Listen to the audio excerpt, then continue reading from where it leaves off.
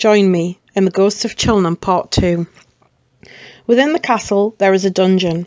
It is a very small room accessible down a very small and slim corridor.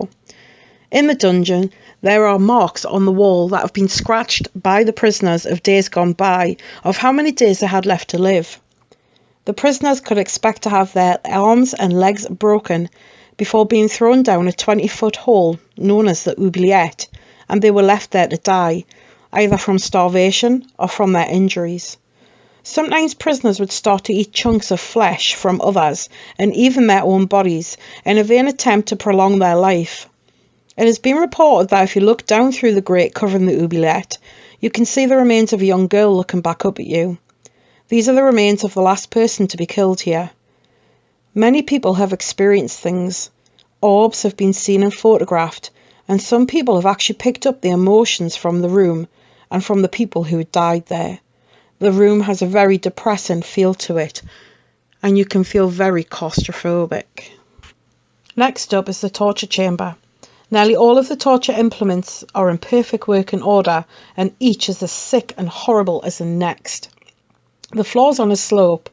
This was so the blood could drain away down to one side of the room. For many thousands of Scottish, this will have been the last place they saw.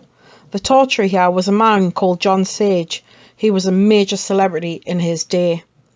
Before he was a torturer, he was one of King Edward's best men in the battlefield and had worked his way up to the rank of lieutenant.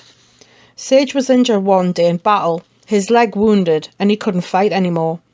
Sage begged Longshanks to keep him on in some capacity, and he was given the role of castle torturer. Sage was a brutal man. He hated the Scots, and he loved his role at the castle, even coming up with some of his own devices of torture. There is a boiling pot, gadgets for gouging eyes out, barrels full of spikes that would have had a prisoner tied in and rolled around until the flesh was ripped from the body and they died in agony. There are cages that would have been attached to the prisoner's stomach, and a starved rat would have been put inside, and the only way out for the rat was to eat through the victim. Some of the things the prisoners would have endured at the hands of this man were unimaginable. Sage tortured up to 50 people a week for 3 years. There are many torture devices on show. As the war was coming to an end with the Scots, John Sage wanted rid of the Scottish prisoners being held in the castle, so he rounded up the men, women and older children, took them to the courtyard and put them onto a huge bonfire.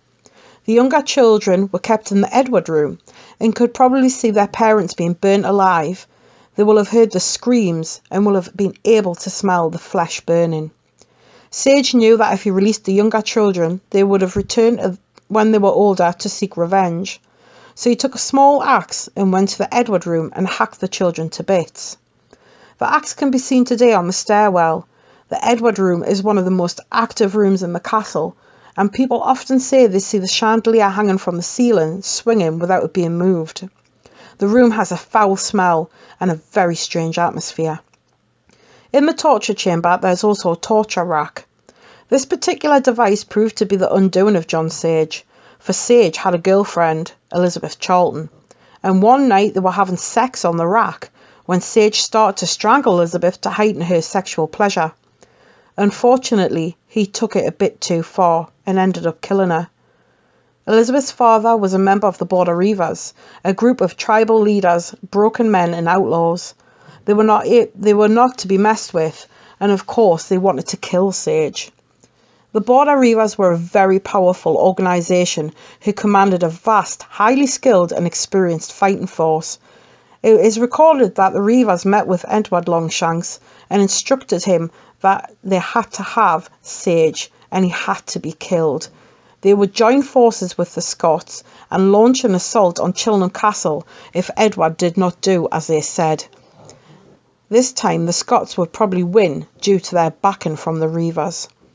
As Longshanks was virtually penniless due to the war against the Scots, he was forced to call for Sage to be hung. Sage was captured and hung in front of an enormous crowd in the grounds of the castle itself.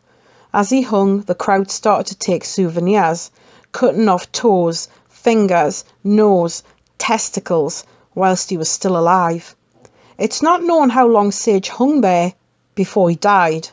The ghost of John Sage has been seen wandering the castle by many visitors and also staff. Others claim to have heard footsteps, followed by the sound of someone dragging something.